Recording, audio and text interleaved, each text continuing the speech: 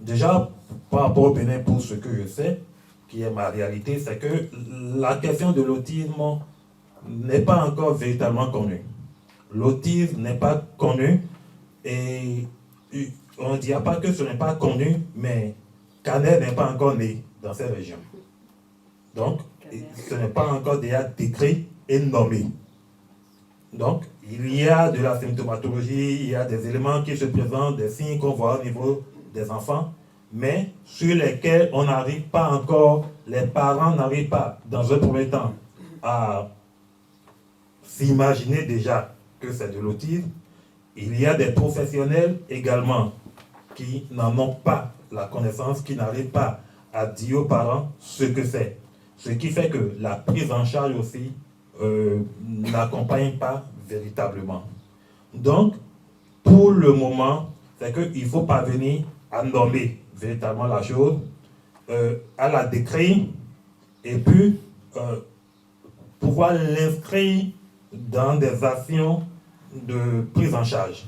Et c'est le travail auquel on s'attelle pour le moment.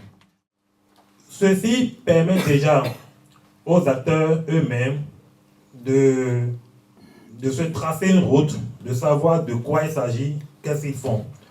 Cela permet également aux parents de se rassembler à deux niveaux, de se rassembler eux-mêmes, parce que face à la problématique de l'autisme, de tout ce que l'enfant présente, les parents même angoissés sont vraiment dispersés à chercher des solutions partout. Et parfois, pendant des années, sans qu'on puisse mettre un nom sur la souffrance de l'enfant et sur l'action engagée. Donc les parents même sont dispersés. Et parvenir à mettre un nom là-dessus permet même aux parents d'être rassemblés, de se dire maintenant ils savent de quoi il est question et ils demandent qu'est-ce qu'il faut faire. Qu'est-ce qu'il faut faire. Donc, se rassembler à un moment, à ce niveau, il n'y a que tout ce que l'enfant présente qui angoisse la famille et très souvent la maman au premier lieu, tout cela est rassemblé sous un nom. Cela permet aussi à ce que le parent, donc la maman et toute la famille, puissent maintenant se dire on sait de quoi il s'agit et on nous engage dans un processus. Cela ne voudra pas dire aussi que dans ces pays, la question est bien comprise et que la prise en charge est véritablement efficace. Non, parce qu'il y a encore beaucoup de biais, encore au niveau de cette nomination. Parce que dans bon nombre de pays, on continue de traiter des enfants autistes d'enfants sorciers. D'enfants sorciers qui est un raccourci très dangereux. Sorcier parce que, oui, sorcier incontrôlable, quelque chose d'incontrôlable, quelque chose de mystérieux, quelque chose qu'on ne maîtrise pas. Parce que devant le comportement que l'enfant présente, on n'arrive pas à cerner ce que c'est. Donc, quand on met le mot sorcier là-dessus, c'est vite fait de s'en débarrasser. Je ne dis pas qu'on les tue, forcément. Mais au moins, on s'en débarrasse, on s'en occupe plus trop véritablement. Donc, il y a des pays où la question est connue, mais n'est pas forcément traitée de façon assez efficace et pour vraiment apporter une amélioration à ces enfants.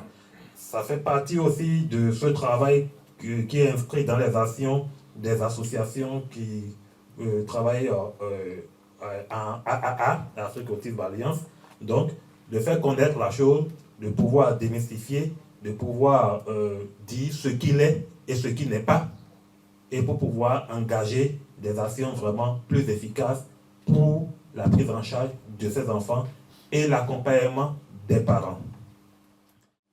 Et l'autre difficulté est que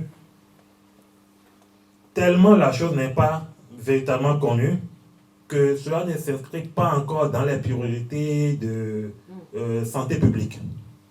Donc il n'y a pas forcément des lignes budgétaires au niveau du ministère de la Santé pour vraiment soutenir ces actions. Cela peut commencer dans d'autres pays.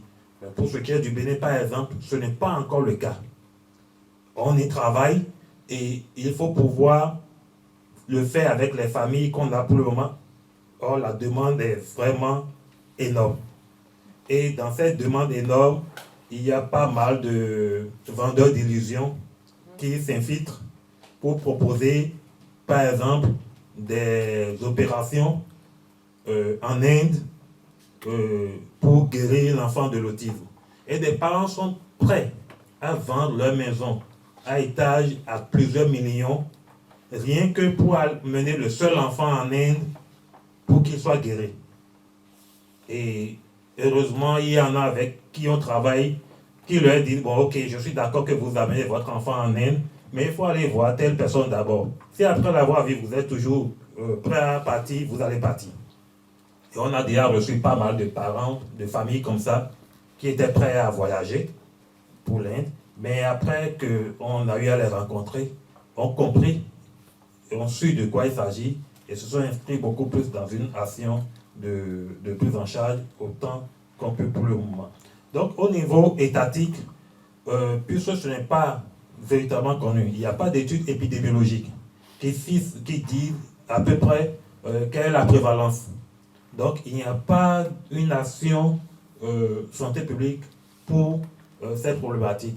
Ce qui fait que des associations dans certains pays font le travail de base pour le moment. Et ce travail de base va pouvoir nourrir la connaissance sur cette problématique et on l'espère, ce qui est sûr, quand tout sera documenté, le pouvoir public sera prêt à accompagner. Donc, de façon ramassée, voilà ce qu'il en est.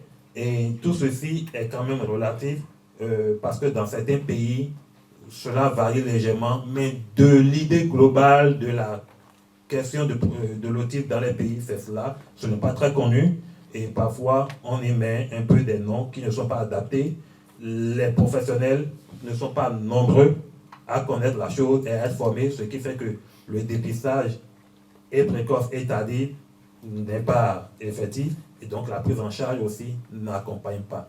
Ce qui justifie tout le travail qui se fait pour le moment avec AAA pour faire vraiment connaître la chose dans tous ces pays et travailler à documenter des éléments et pouvoir avoir l'accompagnement des pouvoirs publics.